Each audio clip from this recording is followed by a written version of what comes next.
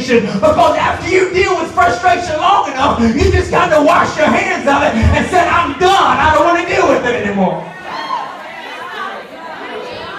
And can I just prod just a little bit tonight? Maybe somebody in the room is washing their nets. Maybe spiritually, someone in the room, I'll go to church so nobody thinks I'm backslidden, but I'm really washing my nets. I've given up on this God thing a long time ago. I'm going to shout every once in a while so I can get a little tingle up my spine, but I've really given up on this God thing a long time ago because I've been so frustrated. I'm so frustrated with people, and some of y'all need to be honest with me. You might not admit it, but some of us have been frustrated at God. God, why are you so good to such and such when you know what they did?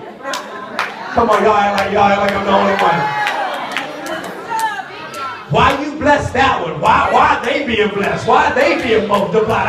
Why is that church blowing? I know what's going on in that church. Why is that marriage blessed? I know what the husband did before he got married. Why is that being blessed? And I'm over here, and I got Saturday nights all by myself, and I can't get no day. Why do y'all act like I'm the only one?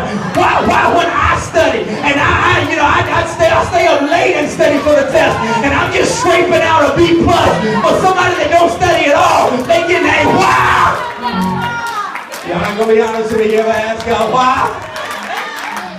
Why? Nobody ever wrote a song about that, but I got a song tonight. Why?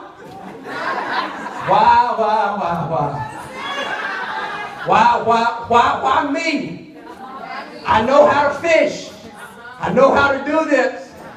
And they spend hours. The Bible does not do us any favors sometimes if you read over the Bible really quick without diving into the sentences and the verses that are written.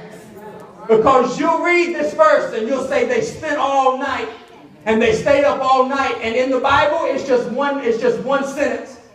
But how many nights have you spent up? And it needs to be one sentence in your autobiography. It needs to be more than one sentence in your autobiography. I stayed up and I tossed and turned and I prayed. And I listened to worship music, and I texted somebody to see if they were awake, and I got on Facebook to see if anybody was awake, and I couldn't go to sleep, and I spent all night, I worried about it. I knew that I had to pay this tomorrow. I knew that I had to do this tomorrow. And in the Bible, it's one sentence. But how many, if you've ever had a sleepless night, it's more than just one sentence.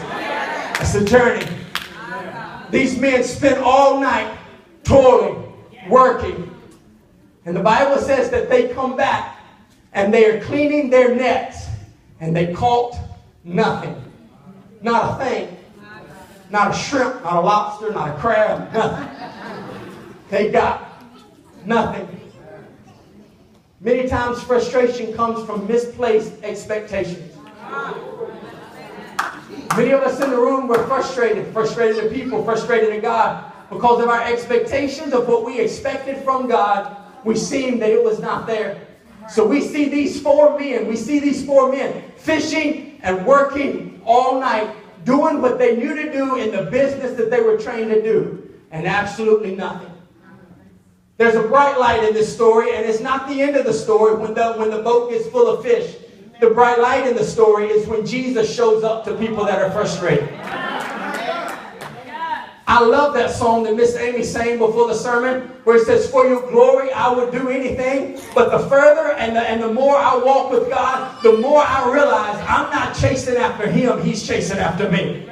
The more I get to know Him, the times that I felt like I was struggling to get to Him, I found out before I even knew Him, He was struggling to get to me. The Bible says while I was yet a sinner, He died for me. I want to let somebody know that feel like you can't draw close to God. I want to let you know, if you take one step to Him, He'll take 1,000 steps to you. Because the truth is, you're not holding on to Him, He's holding on to you.